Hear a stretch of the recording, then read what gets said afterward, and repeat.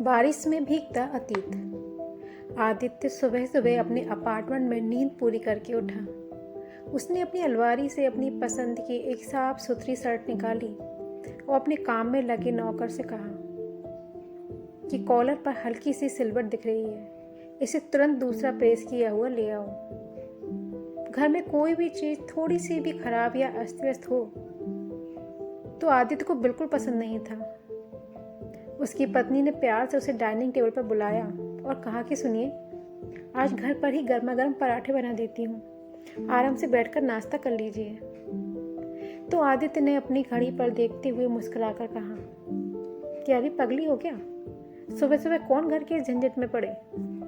आज शहर के एक अच्छे रेस्टोरेंट में मेरी एक बहुत ज़रूरी मीटिंग है, मैं वहीं जाकर कुछ खा लूँगा। इतना कहकर आदित्य अपनी गाड़ी की चाबी उठाकर घर से बाहर निकल गया। शहर के उस जाने माने रेस्टोरेंट में बैठकर वह अपने बिजनेस पार्टनर के साथ काम की बातें कर रहा था।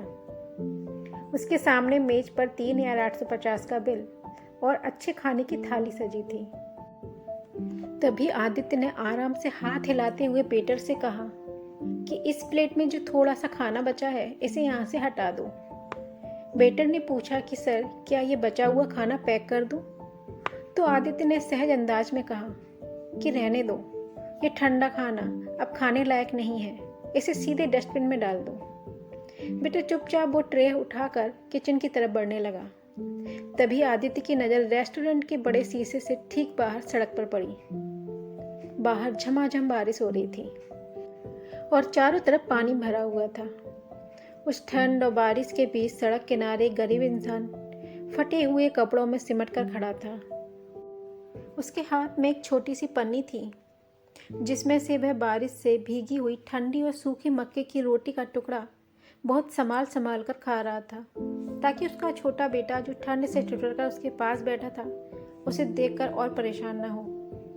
जिस खाने को कचरे में फेंकने में मुझे एक सेकंड नहीं लगा, उसी खाने के लिए लोग जिंदगी भर इतनी धूप और ठंड सहते हैं। उस एक दृश्य को देखते ही आदित्य का दिल भीतर से बैठ गया।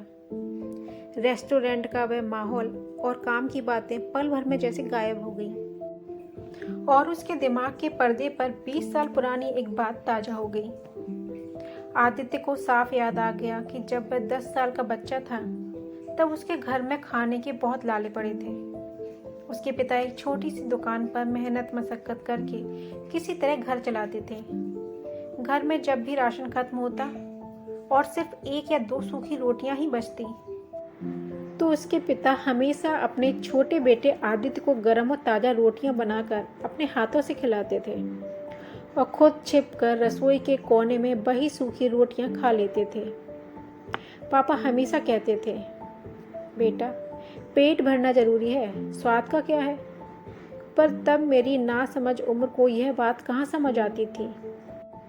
एक दिन जब 10 साल के नासमझ आदित्य ने वह सूखी रोटी अपने पिता के हाथ में देख ली थी तो उसने गुस्से में थाली जमीन पर रख दी थी और कहा था, पापा आप हमेशा यह सूखी रोटी क्यों खाते हैं? मेरे दोस्तों के सामने जब आप ऐसे खाते हैं तो मुझे अजीब लगता है। क्या आप कभी ढंग का खाना नहीं खा सकते? उस दिन उस बच्चे की बात सुनकर उसके पिता की आंखों में आंसू आ गए थे, लेकिन उन्होंने गुस्से की जगह प्यार से बेटे का सिर सहलाकर कहा था, बेटा मुझे इसी सूखी रोटी में खुशी मिलती है, तू बस अपनी ज़िंदगी में आगे बढ़ जा। आज जब आदित्य बड़ा होकर अच्छा कमाने वाला इंसान बन चुका था और उसके पिता इस दुनिया में नहीं थे तो घर की सफाई के दौरान उसे अपने पिता की एक पुरानी डायरी मिली थी।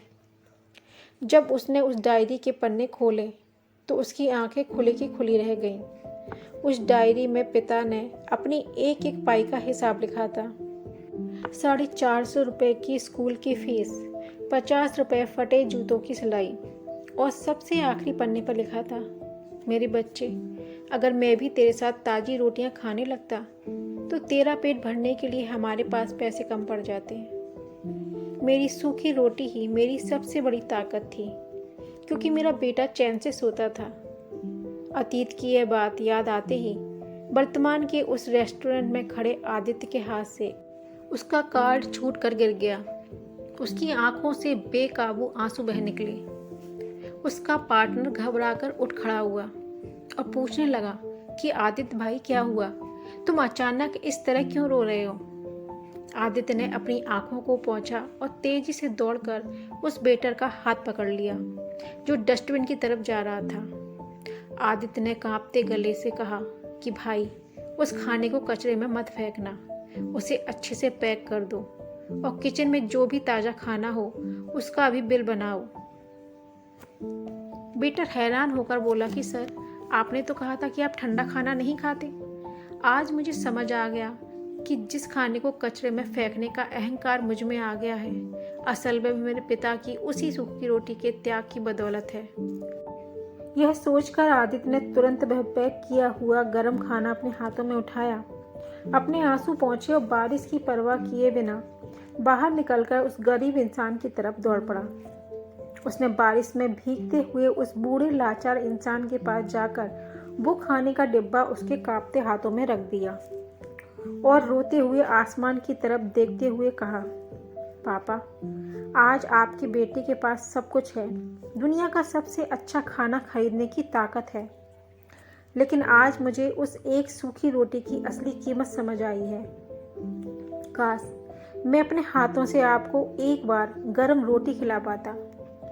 उस गरीब इंसान की आंखें अचल और आंसुओं से भर गईं और उसने अपने प्यार से आदित्य की पीठ थपथपा दी। उस दिन आदित्य को हमेशा के लिए यह सीख मिल गई कि इंसान चाहे कितना भी आगे निकल जाए, लेकिन अपने माँ बाप के प्यार और उनके त्याग का कर्ज वह कभी नहीं चुका सकता।